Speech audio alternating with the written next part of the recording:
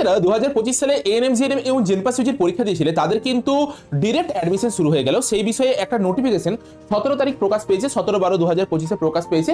কি বলা হয়েছে? This is the information to all concerned that after completion of counselling by West Bengal joint entrance examination board some of the seat remain vacant in BSc nursing, post basic BSc nursing, MSc nursing and GNM nursing in non government nursing institute. অর্থাৎ যেগুলো private ইনস্টিটিউটগুলো রয়েছে সেই private ইনস্টিটিউটগুলোতে আমাদের প্রচুর seat ফাঁকা রয়ে গেছে।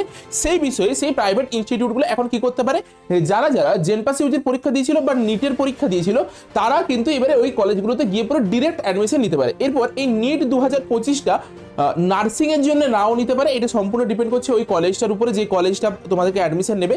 যতদূর সম্ভব এই নিট ইউজি 2025 দিয়ে পরে তোমাদের প্যারামেডিক্যালের অ্যাডমিশনগুলো, যেটা এখন প্যারামেডিক্যাল আর নাম নেই, অ্যালাইড হেলথ সায়েন্সের নাম হয়ে গেছে, তো সেইটাতে অ্যাডমিশন নিতে পারে। বিএসসি নার্সিং এর নাও হতে পারে।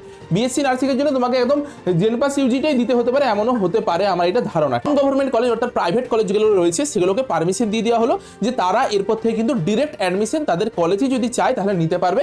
আর তোমাকে কিন্তু এখানে বেশ কিছু ক্রাইটেরিয়া ফুলফিল করতে হবে, যেমন তোমাকে যে eligibility criteria, minimum academic eligibility criteria for appearing JENPAS UG 2025, এটা তোমার থাকতে হবে। আর তার সাথে having the eligibility criteria as prescribed by INC অর্থাৎ ইন্ডিয়ান নার্সিং কাউন্সিল। এটা খুব ইম্পর্টেন্ট জিনিস যে আইএনসি থেকে একটা তোমাদের এলিজিবিলিটি ক্রাইটেরিয়া থাকে, যেটা তোমার যেই র্যাঙ্ক কার্ডটা বেরিয়েছে ওই জেনপাস ইউজি, সেই র্যাঙ্ক কার্ডের নিচে দেখবে লেখা থাকে ই কাউন্সিলিং এর জন্য এলিজিবল কি এলিজিবল ন।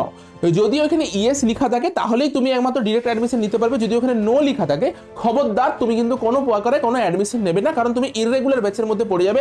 তুমি 4 বছর বা 3 বছর পরে যে তুমি যে সার্টিফিকেটটা পাবে সেই সার্টিফিকেটটা না পেতেও পারো, কোনো ভ্যালু না থাকতে পারে, তোমার 3 বছর বা 4 বছর পড়াশোনাটা একদম মাটি হবে, কোনো কিছু হবে না, ঠিক আছে। তার জন্য যদি জেনপাস ইউজির র্যাঙ্ক কার্ডে ই কাউন্সিলিংটা ইয়েস করা থাকে তবে পরেই তুমি ডিরেক্ট অ্যাডমিশন যদি চাও কোনো কলেজে নিতে তাহলে তুমি নিতে পারো। সেটা তোমার পছন্দের যে কলেজ সেই কলেজে গিয়ে তুমি ডিরেক্ট কলেজের সাথে কথা বলো যে আমি অ্যাডমিশন নিতে চাই, ওখানে যদি সিট ফাঁকা থাকে তাহলে তুমি অ্যাডমিশন নিয়ে নিও, ঠিক আছে।